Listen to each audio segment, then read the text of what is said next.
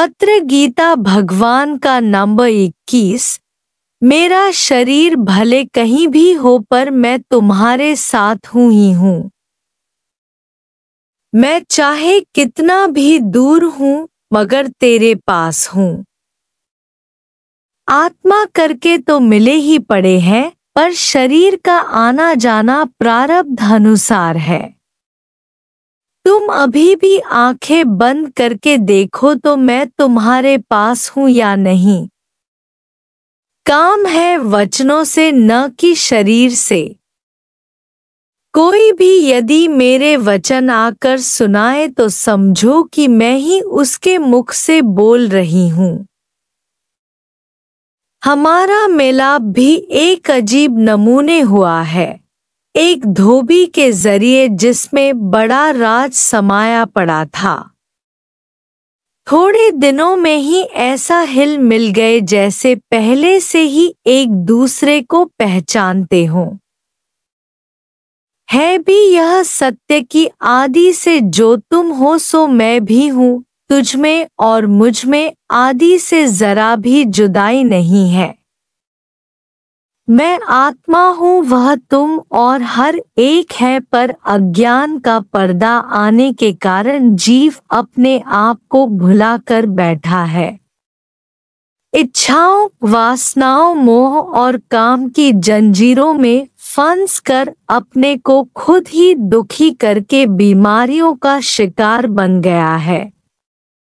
जैसे मकड़ी अपना जाल बनाकर फिर खुद उसमें ही फंसकर शिकायत करती है, ऐसे मनुष्य भी अपने ही बनाए कल्पित इच्छाओं और ख्यालों में फंसकर अपने को दुखी कर रहा है। नहीं तो दुख तो बना ही नहीं है, दुख का जन्म ही नहीं है। जैसे जैसे ख्याल से तुम जिस हालत को देखोगे वैसी हालत बन जाती है।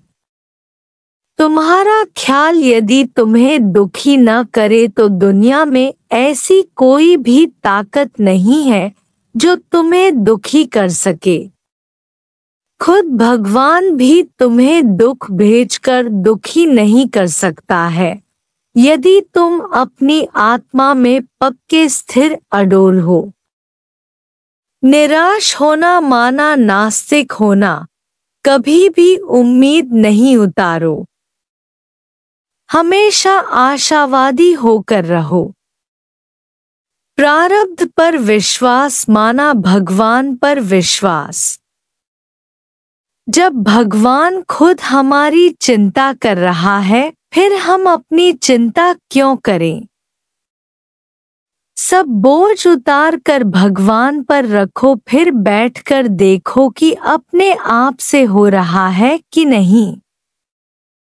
तुम साक्षी दृष्टा होकर बैठकर खेल देखो कि कैसा न सुंदर अच्छा पूरा परफेक्ट खेल बना हुआ है। जगत है नाटक न टिकने वाला, फिर उसकी चिंता करना कितनी न मूर्खता है।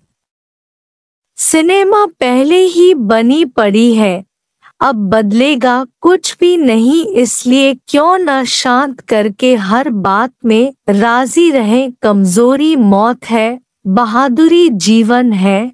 कितनी भी परीक्षा हो या असफलता मिले तो भी दिल छोटी न करो, धीरज और विश्वास रखो। मन की न सुनना ही है मन को मारना। मन लाएगा खोटे ख्याल, हमारा काम है अच्छे और ऊंचे संकल्प करना कि सब अच्छा ही हो रहा है और अच्छा ही होगा। विचार करके देखो कि जो भी कुछ हो रहा है वह कुछ भी नहीं है, एक कहानी, इंसानी ख्याल का तूफान है, सपना है। पलक झपकते सब गुजरता जा रहा है। बालकपन जवानी ऐसे उड़ गए जैसे बिजली की चमक पर है। मनुष्य तुम इस माया के बहाव में नहीं बहते जाओ क्योंकि तुम अनचेंजेबल आत्मा हो। तुम नाश होने वाले कभी भी नहीं हो, सारे विश्व का नाश हो जाए जगत तो है ही मिथ्या नाशवंत, तुम हो आत्मा सत्य। यह ब्रह्मज्ञान ही दुनिया में दुखों से ऊपर रहने का सबक सिखाता है।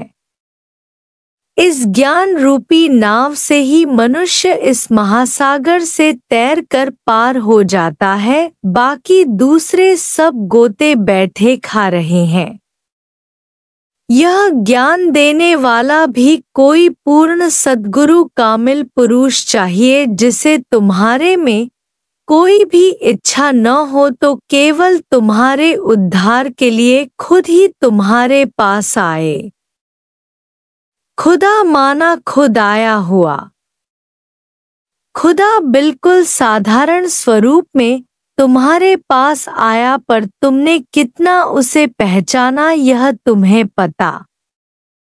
ऐसा मौका जीवन में इत्तेफाक से मिलता है, इसलिए पूरा फायदा लेना चाहिए। जितना जल्दी निश्चय करेंगे उतना जल्दी जीवन मुक्ति का आनंद लूटेंगे। आज ही निश्चय करो कि मैं आनंद स्वरूप हूँ। खुशी करो कि मुझे सब कुछ मिला है। अपने स्वरूप को पहचानो। जिसने अपने को पहचाना उसने सबको पहचाना। Unless you feel all you know not all। यह अनुभव करो कि यह सब मैं ही तो हूँ, तो सबको पहचान जाओगे। शास्त्रों के फुरने भी गांठे हैं। शुभ शुभ ख्यालों के त्यागी बनो, थॉटलेस बनो। बोले भाव मिले रघुराई, स्यानप चतुराई। पंडिताई छोड़कर मैं में टिको। सब कर्म धर्म छोड़कर आत्मा की शरण लो।